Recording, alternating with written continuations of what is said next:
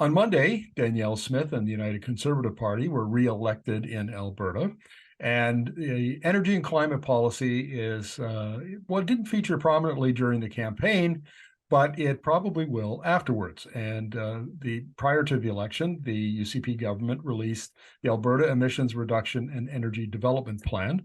And I'm going to talk to Chris Severson-Baker, who's the executive director of the Pembina Institute, about what the UCP government can now do going forward to begin to expand on some of the points that were raised in that plan. So welcome to the interview, Chris. Thanks for having me. So my take, I be honest, I panned the plan. I didn't. I thought it was more of a protect the status quo, slow change kind of a plan. So I don't know if you agree. You can give us your opinion on it. But what is it that you're proposing that the Smith and the UCP government do to add to that plan? Yeah, so the plan obviously came very late in the UCP's last term in office, and it was complete in the sense that it covered all of the sectors of the economy more or less, and identified all the elements that are needed for a plan, but it didn't actually have all the elements filled in yet. It had a 2050 target, but it doesn't have any interim targets. It doesn't have talks about the need to develop sector-based targets or specific targets for different types of the parts of the economy, but it pointed to the fact that there would need to be a process to develop those targets first, and so on. And so we're keen, now that the government's in power and has a mandate to run the province for the next 4 or so years, and to get to sit down with them and help them turn that plan into something that is a truly comprehensive plan that actually does spell out what the government's intentions are around managing the issue of climate change, and hopefully provide certainty to investors and companies that are wanting to operate here, or and I think there's it talked about wanting to do some stakeholder engagement and that sort of thing. Our feeling is that there's a lot of good information available to the government already about what the targets ought to be or need to be, and so that process, we hope, could happen fairly quickly, especially for the big ticket items, for the oil sands sector, for the oil and gas industry, for the electricity sector, and heavy industry. What about the efforts that are already being undertaken by the federal government? For instance, we're going to have clean electricity regulations here shortly. The government has promised a federal oil and gas emissions cap that's been opposed by the UCP government.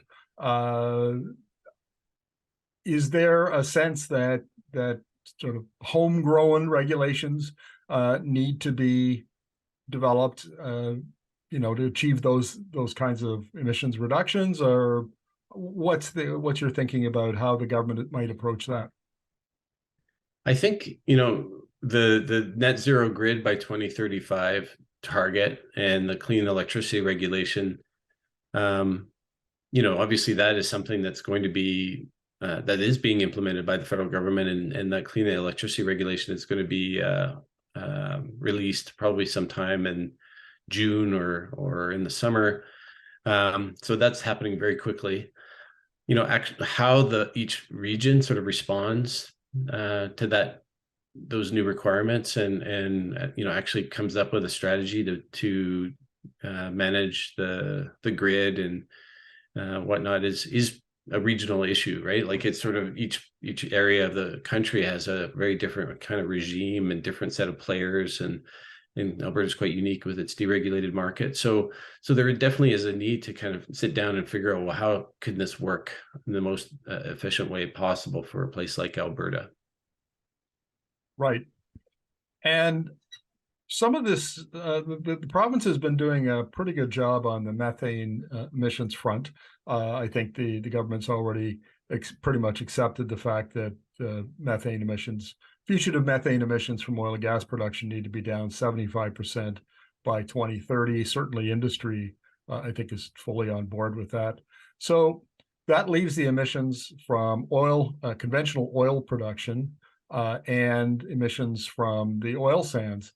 Uh, Aside from carbon capture and storage, what other options has the industry got, and what kind of options might the provincial government be looking at, to help them get their emissions down?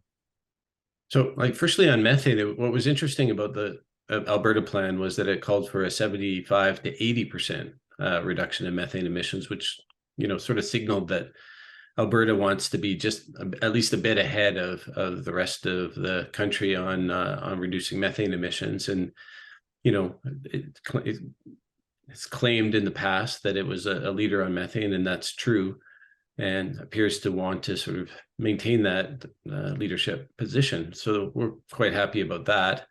It certainly is the cheapest way to reduce emissions from the overall oil and gas industry.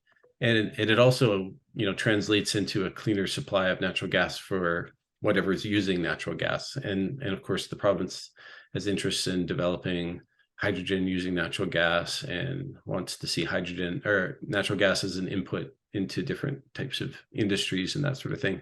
So this recognition that you actually have to clean up the inputs in order to be competitive in a net zero future is a good signal. And there's some real parallels there with electricity, right? If you want to attract net zero aligned businesses, you're going to have a clean electricity grid as well. So then going to the rest of what the rest of the oil and gas sector can do. On the one hand, there's like the conventional side, which is sort of dispersed all over the countryside and has a variety of different sources. And so some of the solutions there are a bit different. Electrification is a key way to reduce emissions. So, a lot of energy used by the upstream oil and gas sector is natural gas burning in engines and compressors and that sort of thing. And you can start to systematically electrify those types of things in order to eliminate the emissions, as long as the power that you're using is also low in carbon emissions. There's some at gas plants, there's the ability to capture carbon and sequester it. And we've been doing that for decades in Alberta already. But usually it's actually acid gas injection. So the CO2 is going downhole with hydrogen sulfide. But you can do the same type of thing at a sweet gas plant as well. So there's a bunch of different things that could be done beyond methane in the upstream oil and gas sector. And then it is really CCUS appears to be the biggest bang for your buck in terms of reducing emissions from the oil sands. I think we've heard a lot over the years about alternative solvent or solvent-based approaches and things like that.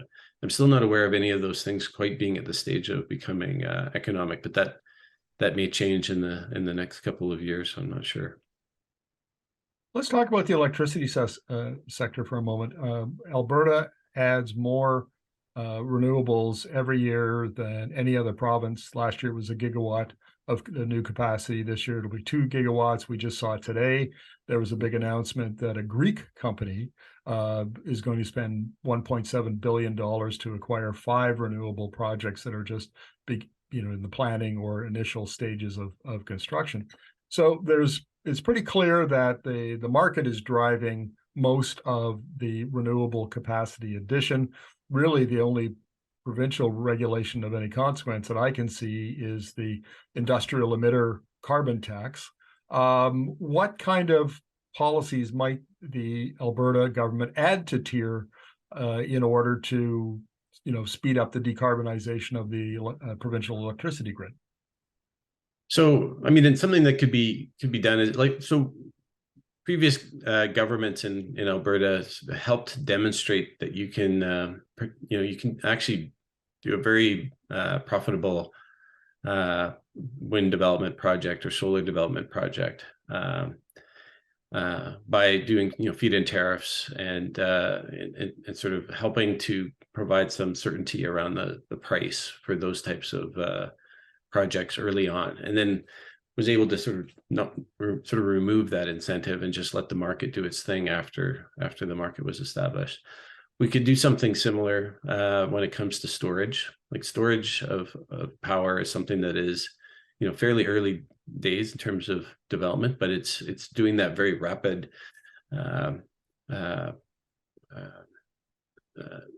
becoming very commercially viable, and the cost associated with doing it on a megawatt hour basis is going down quickly. And so that is an opportunity and very much needed. But then a lot of the other changes have to do with